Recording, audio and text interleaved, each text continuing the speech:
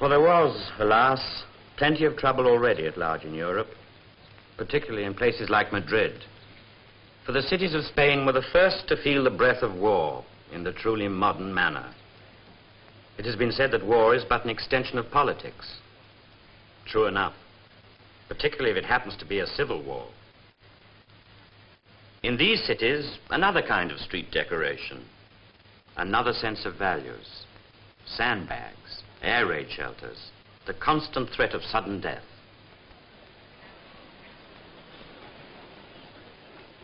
On the walls of besieged Madrid, government posters urged its citizens to make yet another greater effort to beat back the enemy. For this was a war in which all people were soldiers, for the soldiers were the people. You just did what you were told and fought.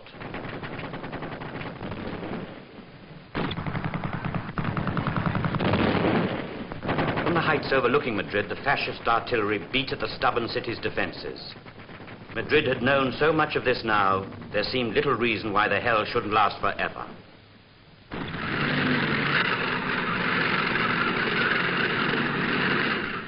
A strange kind of war, modern and yet curiously amateur. For let's face it, most who fought in it were amateurs, self-taught in a hard school of urgent, violent battle. But not all amateurs. For this war was a testing ground for professionals, too. Wasn't young Bruno Mussolini flying for Franco? Such was the Spain of 1937. Her bull rings full of men and women lusting not for the blood of toros, but of the enemy.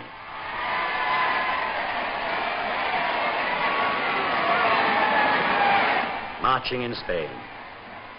Marching in Britain, but for quite another reason.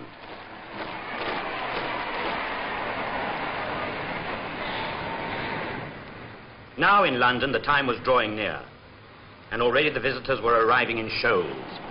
Visitors such as that young man from Egypt. Oh yes, Farouk. Last touches to the decorations. But who is this putting their oar, or rather their ladder in? Flanagan and Allen, having discovered that certain of the post-support torches decide to save fuel bills by doing their cooking in Oxford Street. Ah, well, it's all in the spirit of the moment. But let's hope there's no policeman around.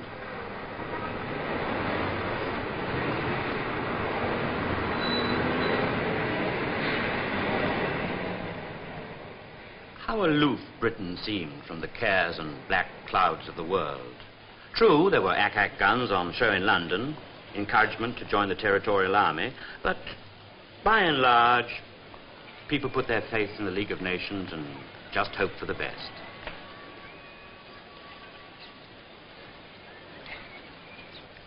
The League, the dream, the hope. In the last few years, peace in the form of collective security, which was the aim of the League, had suffered several unpleasant setbacks. And though delegates might try to put a good face on things, it could not be denied that Japan's walkout, Italy's conquest of Abyssinia, and Europe's general rearmament trend were bad omens for the future. And now there was this question of China. China, the oldest of lands, the land with the most people on Earth.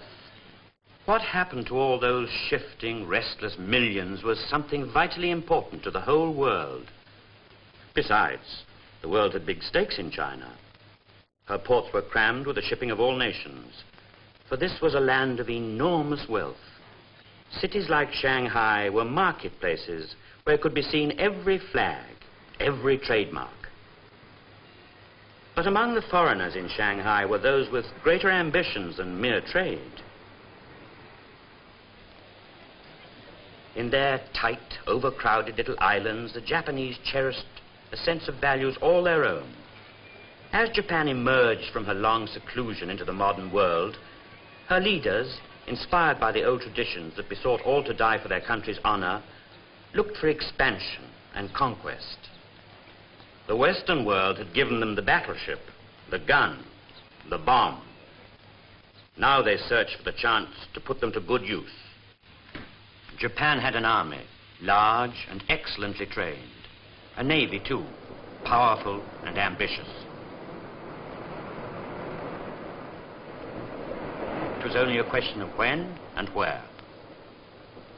A morning in 1937, the coast of China, close to Shanghai, an armada of warships and transports loaded with troops.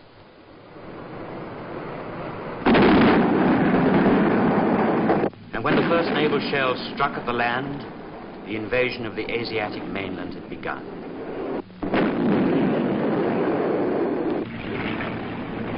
Over Shanghai, Japanese planes began a systematic softening up. The first bombs of World War II. For it was there, on the beaches of China, as far back as 1937, that in truth the second great struggle for the world began. A struggle that was to end in the collapse of Germany and the first atomic bombs on Japan.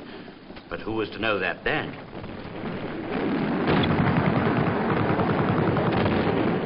The battle for the great city of Shanghai was intense and hard fought. In it, all the age-old bitterness between Japanese and Chinese found vent. A fight to the finish.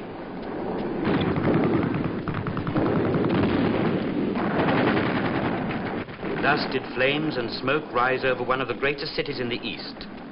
Its one untouched segment, the many-flagged international settlement.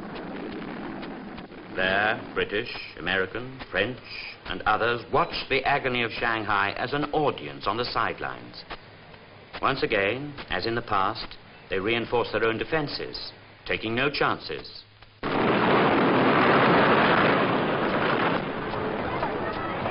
Driven by fear, thousands of Chinese seek admittance into the settlement. Their only desire, security from the hail of bombs and shells. Some are allowed through, but the settlement is small. There has to be a limit. And at times it seems that all Shanghai is at the gates.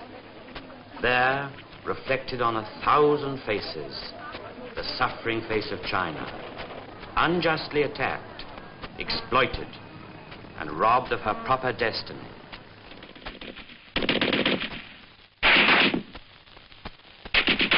As the battle for the city reaches a climax, so the pressure intensifies.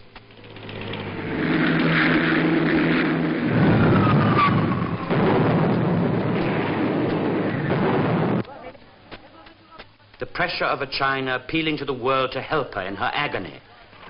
But the West closed her gates on the East, as though China's struggle was something beyond its responsibility. If there was one moment of death for the League of Nations, surely it was here. Its funeral note, the clang of all barring gates.